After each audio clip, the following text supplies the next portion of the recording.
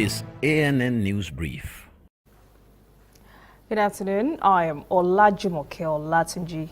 The United States has expressed concern about accounts of violence and intimidation in the run-up to Monday's Tanzania's election. Opposition leaders have complained that tolerance for dissent has diminished rapidly since President John Magufuli took office in 2015. He had pledged to reform the East African nation's economy and crack down on corruption. U.S. Embassy in Dar es Salaam cited accounts of violence and irregularities ahead of the by-elections. The embassy has posted a statement on its website on the refusal of the National Election Commission to register opposition candidates. It also claims that opposition candidates had been subjected to police intimidation.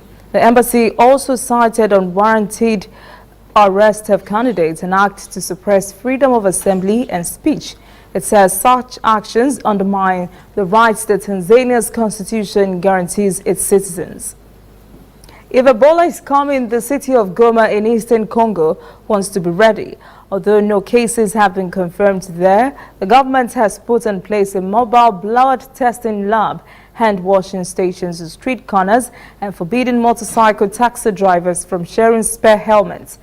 Earlier this week, we reported the virus was spreading from North Kivu across Ituri province, the large farmlands of eastern Congo, where ethnic and military conflicts threatening to hobble containment efforts.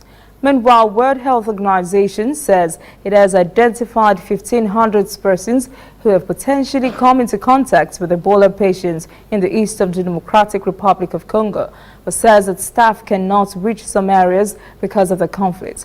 WHO says there are potentially more cases in those inaccessible areas and that 44 persons have died during the current outbreak.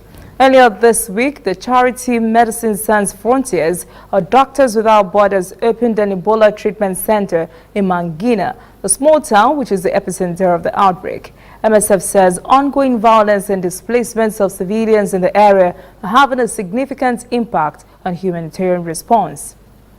We'll be back after this short break.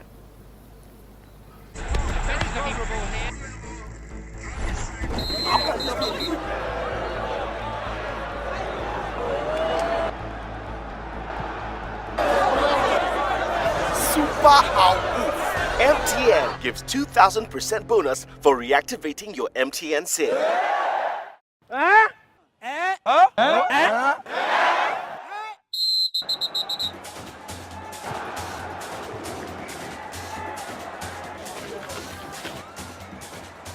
That's right. If you haven't used your MTN SIM for 45 days or more, recharge now and get 2,000% bonus. That's right, 2,000% bonus for your first recharge of every month.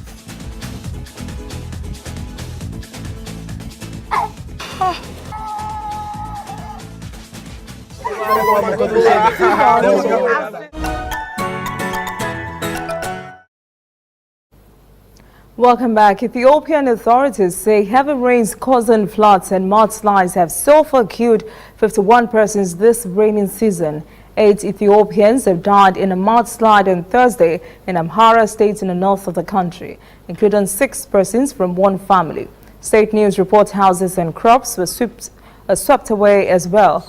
Rain started very early this year in May, particularly in central Ethiopia. Usually the season begins in June. Rains are expected to continue until mid-September. That's in a news brief. Join us again at 5:30 for a full newscast. For more details, visit our website, ANNAfrica.net. Also join the conversation on Facebook, Instagram, and Twitter at ANN Africa TV. I am Olajumoke Olatunji.